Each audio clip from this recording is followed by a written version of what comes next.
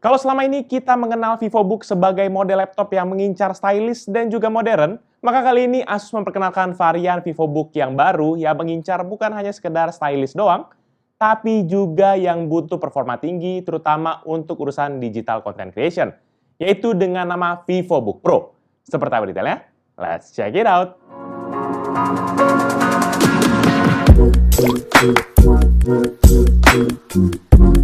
Halo guys, balik lagi bersama Pichel, dan kali ini Pichel akan bahas sebuah laptop dari Asus, yaitu Asus VivoBook Pro 14X OLED N7400P. Laptop ini hadir sebagai varian di atas dari VivoBook yang biasa, dan memang menyasar kepada kita nih, yang cenderung butuh performa lebih tinggi, terutama buat urusan content creation. Spesifikasi laptop ini tuh sebagai berikut.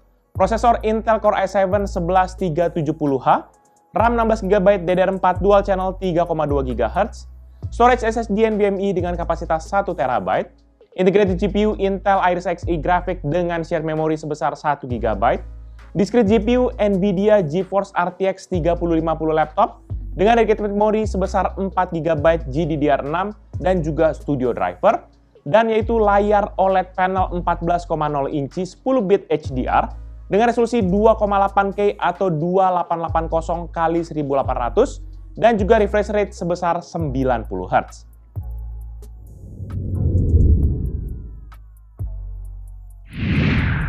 Untuk urusan desain sih, laptop ini hadir dengan DNA yang sama jika dibandingkan dengan VivoBook pada umumnya. Warna silver tetap mendominasi keseluruhan bodinya yang dinamakan Asus sebagai Cool Silver. Tapi kalau buat kita yang mau warna lebih gelap gitu ya, Asus juga menawarkan dengan warna yang bernama Comet Grey. Di bagian material pendukung pun Asus telah mempergunakan bahan metal di sekujur bodinya untuk ketahanan yang lebih baik. Walaupun begitu, memang nggak bisa dipungkiri flex tetap masih berasa baik di sisi panel depan ataupun di area sekitar keyboard. Mulai dari panel depan ini tergolong polos, yaitu hanya terdapat sebuah garis panjang di bagian atas dan sebuah motif emboss ke depan yang memiliki tulisan Asus VivoBook beserta juga dengan beberapa hashtag dan tagline dari Asus VivoBook itu sendiri. Nah, inilah yang menjadi pembeda dengan VivoBook pada umumnya ya, di mana mereka tuh biasanya umumnya kan cuma tulis Asus VivoBook aja berwarna silver. Sedangkan ini udah kayak ada emboss-embossnya gitu. Beralih ke bagian dalam, di sini kita akan dihadapkan dengan dua warna, yaitu hitam untuk bezel layar dan juga silver di bodi sekitar keyboard. Yang menarik di sini sih palingan hanya ada motif linear di sekujur cover engselnya. Ada juga nih seperti aksen-aksen di bagian atas dari keyboard yang bisa bilang ya mungkin sebagai pemanis aja. Dan di bagian bawah laptop juga tergolong polos, yaitu dengan motif garis-garis yang juga menyamping ke sebelah kiri. Lubang ini sendiri sih untuk ventilasi udara masuk, namun yang sisi kiri dan kanannya ini bagian bawahnya ini untuk lubang speakernya. Nggak lupa juga ada total 3 kaki karet berwarna abu-abu yang salah satunya tuh paling panjang dan lebih tinggi dibandingkan dengan kaki kecil di bagian depannya. Untuk dimensinya sendiri, laptop ini memiliki ukuran 31,7 x 22,9 cm dengan ketebalan 2,5 cm dan berat 1,45 kg. Ukurannya dan beratnya ini sih sendiri masih tergolong compact dan nggak ngebebanin diri sih sebenarnya. Apalagi mengingat ini tuh kan bodinya mayoritas metal, jadi masih bisa tergolong ringan lah. Terakhir, bagian desain yaitu untuk port input dan juga outputnya, dimana ini teman-teman terletak di sisi kiri dan kanan dari laptop. Untuk sisi kiri terdapat nanti dua port USB Type-A 2.0 dan dua LED indikator, yaitu yang pertama untuk disk activity dan battery status. Sedangkan di sisi kanan terdapat satu port charger, satu port USB Type-A 3.2 Gen 1, satu port full HDMI 1.4, satu port Thunderbolt 4.0 yang sudah support power delivery dan juga DisplayPort, satu slot micro SD card reader, dan satu port 3,5 mm audio output. Urusan port, Pichel bisa bilang sih, Asus kesannya setengah hati memang buat ngasih portnya. Di sisi sebelah kanan udah bagus sampai ada Thunderbolt 4 segala. Tapi di sisi kiri nih kayak jomplang banget, sampai pakai cuma 2 port USB Type-A 2.0. Harusnya ya, zaman now tuh udah pada high speed semua lah, nggak usah lagi kayak pakai alasan-alasan 2.0 gitu. Selebihnya sih benar, Pichel masih tetap happy sih dengan adanya kehadiran Thunderbolt 4 di sini. Mantap!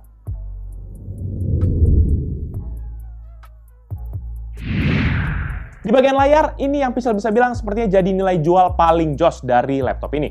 Karena laptop ini sudah dilengkapi dengan layar OLED panel glossy finish berukuran 14,0 inci yang memiliki aspek rasio 16:10 dan resolusi 2880 x 1800 pixel atau bahasa gaulnya 2,8K. Dan ini juga memiliki refresh rate sebesar 90 Hz.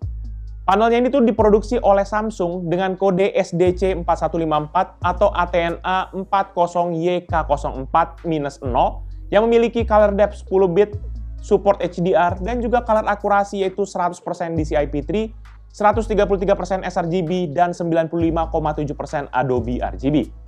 Layarnya juga memiliki tingkat kecerahan maksimum hingga 600 nits, kontras rasio hingga 1 juta berbanding 1, response time 0,2 milisecond, dan nggak sampai di situ aja, karena layarnya juga sudah memiliki sederet sertifikasi seperti contohnya VESA Certified Display HDR True Black 600, Pantone Validated, dan juga TUF Rain Lane untuk flicker free dan tingkat blue light yang rendah.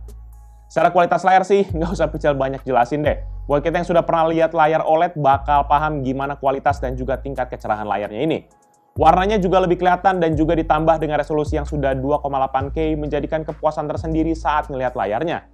Cuma sayang aja, panel OLED ini tuh masih ditemani dengan glossy finish sehingga pantulan cahaya di layarnya akan berasa banget, apalagi buat kita yang pakai di daerah banyak cahaya. Layarnya ini juga dikelilingi oleh bezel dengan ukuran 0,73 cm di sisi kiri dan kanan, 1,2 cm di sisi atas, dan 1,5 cm di sisi bawah, yang ditemani juga dengan logo Asus VivoBook berwarna abu-abu cerah di bagian bawahnya.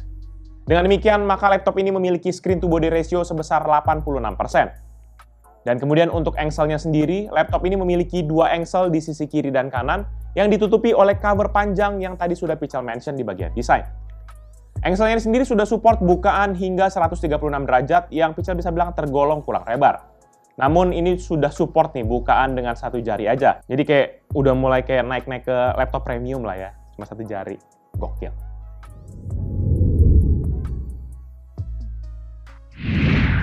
Lanjut di bagian input device, secara basic sih ada dua ya, yaitu keyboard dan juga touchpad. Namun ada juga nanti dua input device lain yaitu untuk productivity dan juga untuk security.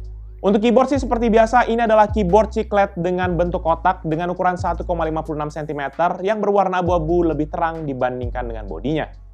Namun untuk keyboard di sisi kiri dan kanan ini punya warna yang lebih gelap dan juga untuk tombol escape punya warna orange dan tombol enternya ada juga aksen linear. Beda dengan VivoBook biasa yang ada aksen seperti kuning-kuning begitu. Keyboard ini juga sudah dilengkapi dengan backlight berwarna putih yang memiliki 3 tingkat kecerahan yang kita dapat atur dengan tombol F7.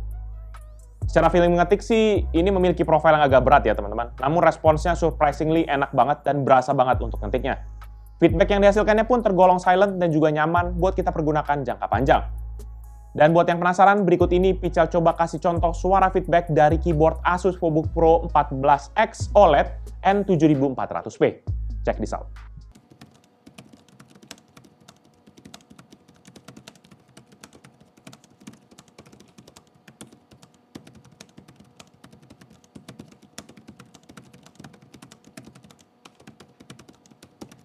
Beralih ke touchpad, ini tuh memiliki ukuran 13,0 dikali 6,9 cm yang terletak di bagian tengah dari laptopnya.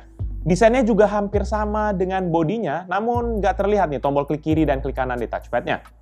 Fitur Smart Gesture juga nggak lupa disematkan dalam touchpad ini. Tapi kalau memang ngerasa agak ganggu touchpadnya, kita bisa matiin aja mempergunakan tombol F6. Dan buat teman-teman yang penasaran gimana suara feedbacknya, berikut ini Pichel coba kasih contoh suara feedback dari touchpad Asus VivoBook Pro 14X OLED N7400p.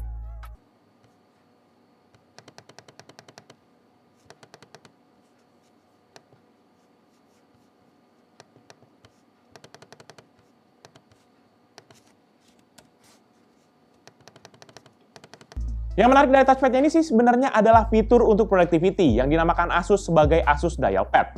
Jadi Dial Pad ini tuh adalah sebuah fitur untuk pengaturan bagi beberapa aplikasi populer dari Adobe, seperti contohnya After Effects, Photoshop, Premiere Pro, dan juga Lightroom Classic. Cara aktivasinya sih gampang, kita cuma tinggal slide aja icon dari sisi kanan atas, nanti dial pad ini akan langsung aktif. Maka akan ada nih sebuah LED lighting berwarna putih dengan lingkaran yang ada di sisi kiri dari touchpadnya. Kita tinggal sentuh aja sedikit, maka akan muncul nih sebuah overlay di layar kita. Dan kalau nggak ada aplikasi Adobe sih, nanti pilihan menunya hanya akan ada pengaturan brightness dan juga volume. Tapi nanti kalau dia mendeteksi ada aplikasi Adobe yang berjalan, contohnya kayak Premiere gitu ya, maka akan ada nih menu tambahan yang muncul, seperti contohnya Time Axis Adjustment, Timeline Zoom, dan juga Audio Track Heights. Menunya sih nggak terlalu kompleks dan nggak bisa diganti-ganti juga. Jadi ya memang Pichel bisa bilang ini fitur-fitur nice to have aja sih. Terakhir untuk input device-nya adalah fingerprint sensor, di mana sensornya ini menyatu dengan tombol power di bagian kanan atas. Dengan hadirnya fitur ini minimal menambah keamanan sekaligus memudahkan kita lah dalam sign in Windows dengan Windows Hello tanpa kita perlu lagi repot-repot ketik password.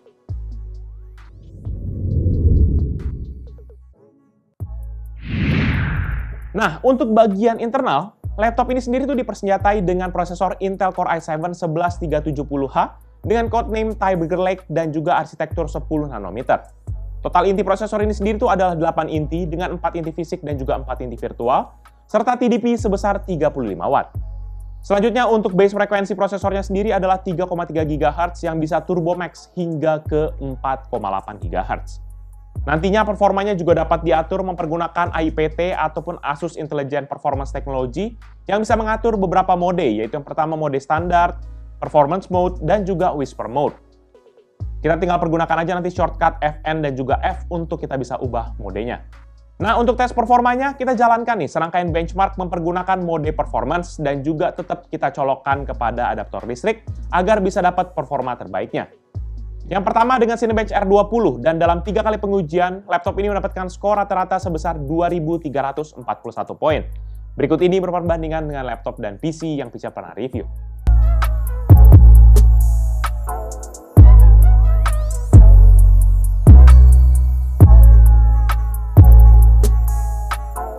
Untuk rendering tes BMW di aplikasi Blender, laptop ini menyelesaikan 1 frame dalam 3 kali pengujian dengan waktu rata-rata 7 menit 44 detik untuk CPU tes dan 1 menit 44 detik untuk GPU tes. Berikut ini merupakan bandingan dengan laptop dan PC yang Pica pernah review.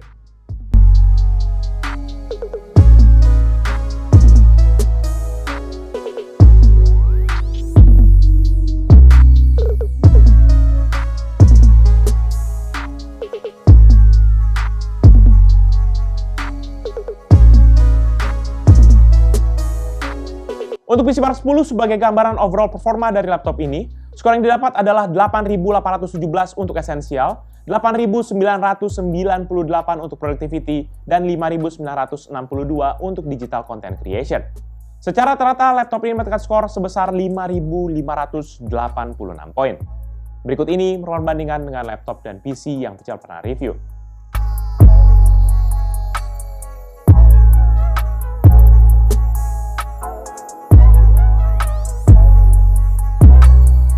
Di bagian grafis, laptop ini dilengkapi dengan integrated GPU yaitu Intel Iris Xe Graphics dengan sharing memori default sebesar 1 GB dan discrete GPU dari Nvidia yaitu Nvidia GeForce RTX 3050 laptop dengan dedicated memori sebesar 4 GB.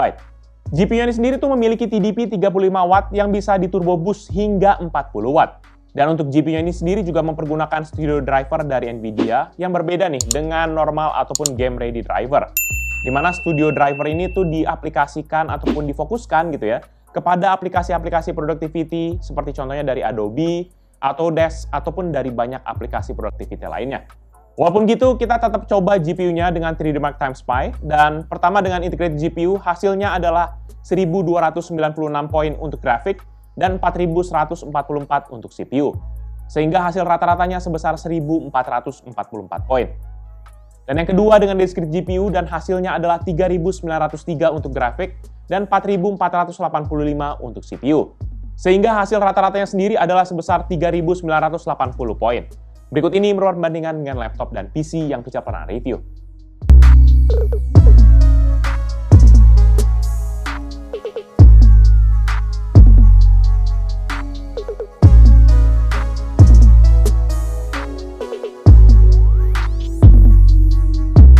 Setelah udah benchmark pakai 3D Mark, kita akan tetap tes untuk ngegame juga. Dimana di dalam tes ini kita mempergunakan discrete GPU-nya yaitu Nvidia RTX 3050 Mobile dalam tetap kondisi performance mode, dicolokkan adaptor listrik, dan juga mempergunakan native resolution-nya. Biar kelihatan gitu layarnya paling maksimal.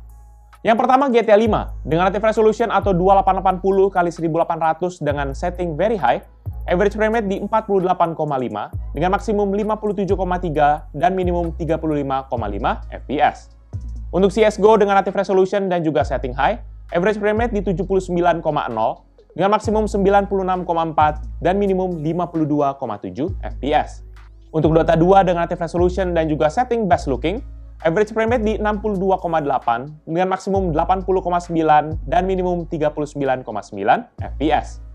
Untuk di Sims 4 dengan native resolution dan juga setting ultra, average frame rate di 81,4 dengan maksimum 127,0 dan minimum 3,3 fps. Untuk FIFA 22 dengan native resolution dan juga setting high, average frame rate di 75,0 dengan maksimum 84,6 dan minimum 32,2 fps. Untuk Need for Speed Heat dengan native resolution dan juga setting medium, average frame rate di 30,8 dengan maksimum 40,7 dan minimum 17,8 fps. Untuk Genshin Impact dengan native resolution dan juga setting medium, average frame rate di 52,0 dengan maksimum 61,4 dan minimum 38,7 fps. Selanjutnya di tes rendering, Pichel jalankan Adobe Premiere mempergunakan Pichel Premiere Benchmark. Dan hasilnya laptop ini berhasil merender project 15 klip 4K dengan format H264 dan juga preset high quality 4K dalam waktu 11 menit 15 detik. Berikut ini perbandingan dengan laptop dan PC yang Pichel pernah review.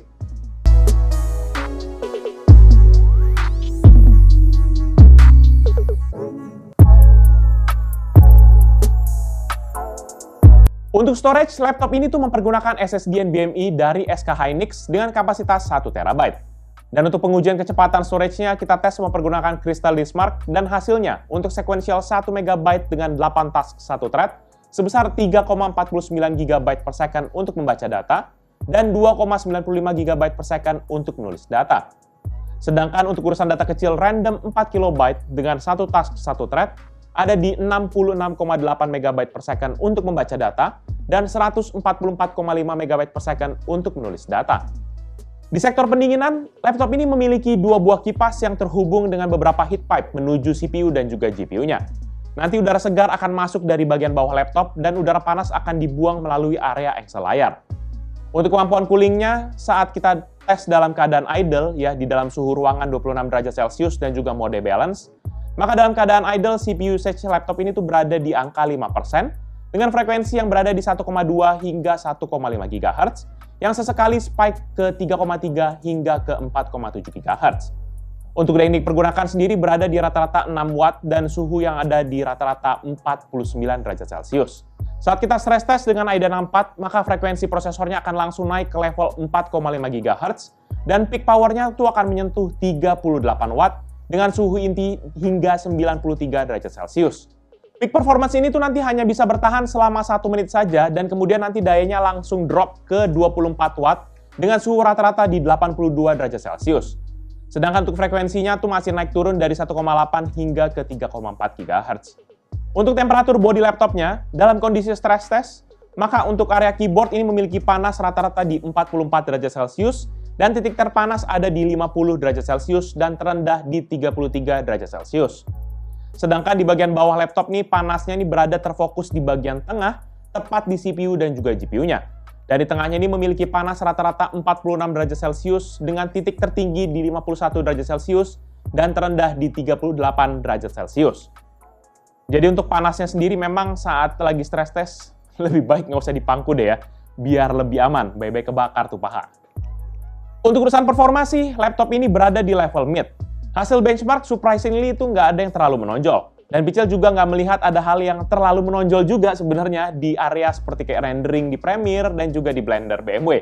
Terlepas, ini udah pakai Studio Driver gitu.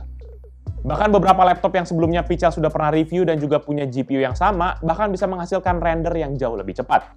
Dan urusan game juga, laptop ini terlepas mempergunakan Studio Driver dan juga bukan game ready driver, namun dia masih bisa menjalankan nih beberapa game bahkan hingga game-game yang AAA dengan playable frame rate di native resolution-nya, yaitu 2880x1800. Namun memang ada beberapa game yang ya frame rate-nya kayak cukup-cukup makan gitu ya. Maka Pichel sarankan biar lebih nyaman gitu ya, turunin resolusinya biar dapat frame rate yang jauh lebih tinggi.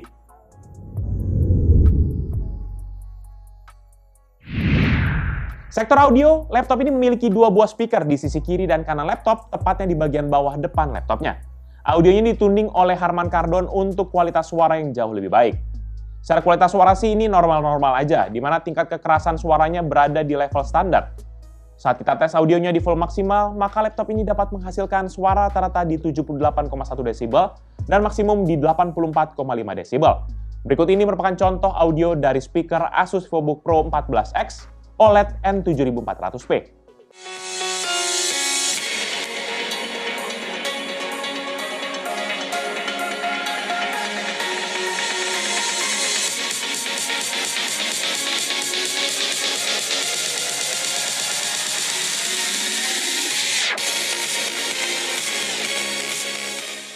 Urusan webcam, laptop ini dilengkapi dengan webcam yang memiliki resolusi 0,9 megapiksel yang dapat merekam video HD 720p 30 fps atau foto sebesar 1280 x 720 piksel. Akan ada LED indikator berwarna putih di sisi kanan dari webcam, dan nggak lupa juga ada nih privacy cover yang bisa kita pergunakan dengan cara mengaktifkan slider di sisi kiri dari webcamnya. Kualitas gambarnya sih tergolong normal aja, baik urusan warna ataupun tingkat kecerahan, dengan noise yang memang masih sedikit terasa. Buat yang penasaran, berikut ini merupakan contoh hasil video dari webcam Asus VivoBook Pro 14X OLED N7400p. Jadi ini merupakan hasil video dari webcam laptop Asus VivoBook Pro 14X OLED N7400p ini dalam resolusi 720p 30 fps, dan hasilnya cukup oke, walaupun memang secara ketajaman ya biasa aja, dan juga untuk color balance-nya dan juga white balance-nya cukup oke.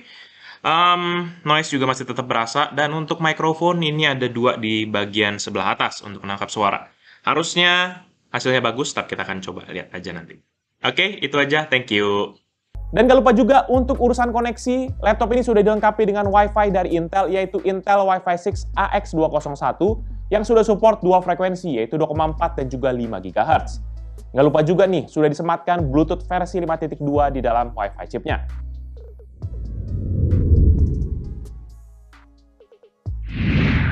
Untuk baterai, laptop ini dilengkapi dengan baterai lithium polymer dengan kode C31N2019 yang memiliki kapasitas 63.000 mAh. Dalam pengujian baterai mempergunakan PC Mark 10 dengan skenario Modern Office dan juga setting balance, maka laptop ini dapat bertahan selama 8 jam dari 100 hingga 3% baterainya. Dan pada saat kita mempergunakan mode gaming plus full brightness dan juga performance mode, maka laptop ini hanya dapat bertahan selama 1 jam 23 menit dari 100 hingga 3% baterainya. Sedangkan untuk pengisian daya, kita bisa mempergunakan charger bawaannya dengan daya 20 volt 6 ampere dengan total daya 120 watt. Dan untuk pengisian dayanya dari 6% hingga 100% ini membutuhkan waktu sekitar 2 jam 8 menit dalam kondisi laptop sedang tidak digunakan. Saat pengisian nanti indikator charging di sisi kiri laptop juga akan menyala. Dan nggak lupa juga kalau kita mau nge-charge pakai Thunderbolt port-nya itu juga sudah bisa dimungkinkan. Namun ya pastikan juga adaptor kita tuh ya pasti nggak akan secepat dari adaptor bawaannya sih, karena dayanya yang disupport juga harus lebih tinggi.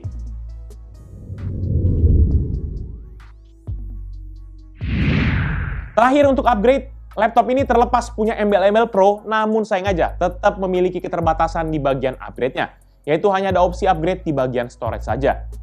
Untuk memori saat ini RAM yang ada semua sudah terintegrasi kepada motherboard-nya, sehingga tidak ada opsi untuk meningkatkan RAM-nya. Nah, sedangkan untuk storage-nya saat ini kan sudah terpasang ya, satu keping M2 NVMe dengan ukuran 2280 atau yang panjang, yang memiliki kapasitas 1 TB. Opsi upgrade kita hanya bisa mengganti dengan kapasitas yang lebih tinggi. Selebihnya tidak ada lagi opsi upgrade untuk laptop ini. Overall, menurut pendapat pribadi Pichel, laptop Asus VivoBook Pro 14X OLED N7400p merupakan sebuah peningkatan kelas buat model VivoBook-nya Asus. Menawarkan spesifikasi yang lebih mendukung akan content creation, menjadikan opsi menarik buat kita yang mau laptop stylish, namun nggak semahal ZenBook. Ditambah lagi dengan layar yang sudah 2,8K, panel OLED, dan juga refresh rate hingga 90Hz, menjadikan daya tarik tersendiri nih buat Pichel. Memang Pichel masih mempertanyakan sih kemampuan studio driver dari GPU-nya ini gitu ya. Terutama dampaknya untuk peningkatan performa aplikasi, seperti contohnya kayak video editing, rendering, ataupun aplikasi productivity lainnya. Tapi setidaknya kita masih bisa lah main game dengan frame rate yang tergolong cukup, terlepas drivernya ini either nggak optimum ataupun memang ya nggak tahu lah ya, banyak faktor. Laptop ini sendiri tuh dibanderol dengan harga 19 juta untuk model yang Pichel review kali ini. Tapi ada juga nih model di bawahnya yang memiliki prosesor Core i5 11300H di harga 16,2 juta. Harga yang memang tergolong ya nggak terlalu mahal, nggak juga terlalu murah. Dan buat kalian berminat dengan produk ini atau mau cek produknya, bisa cek di description yang nanti Pichel akan cantumkan di bawah ini. Jangan lupa juga untuk like dan share video ini, dan plus kunjungi juga sosial media kita seperti Facebook, Twitter, Instagram, TikTok, Hello, dan juga website kita yaitu pichelmediagroup.com. Dan jangan lupa juga kunjungi YouTube channel kita yang bahas soal game yaitu Pichel Main Game, ataupun channel satu lagi yang meliput cerita di belakang layar dari Pichel yaitu PM Defense. Jadi itu dia video dari Pichel kali ini. Thank you guys for watching. I'll see you in the next video. Bye-bye! Gile. Dial pad-nya sini gokil. Di slide. Cut.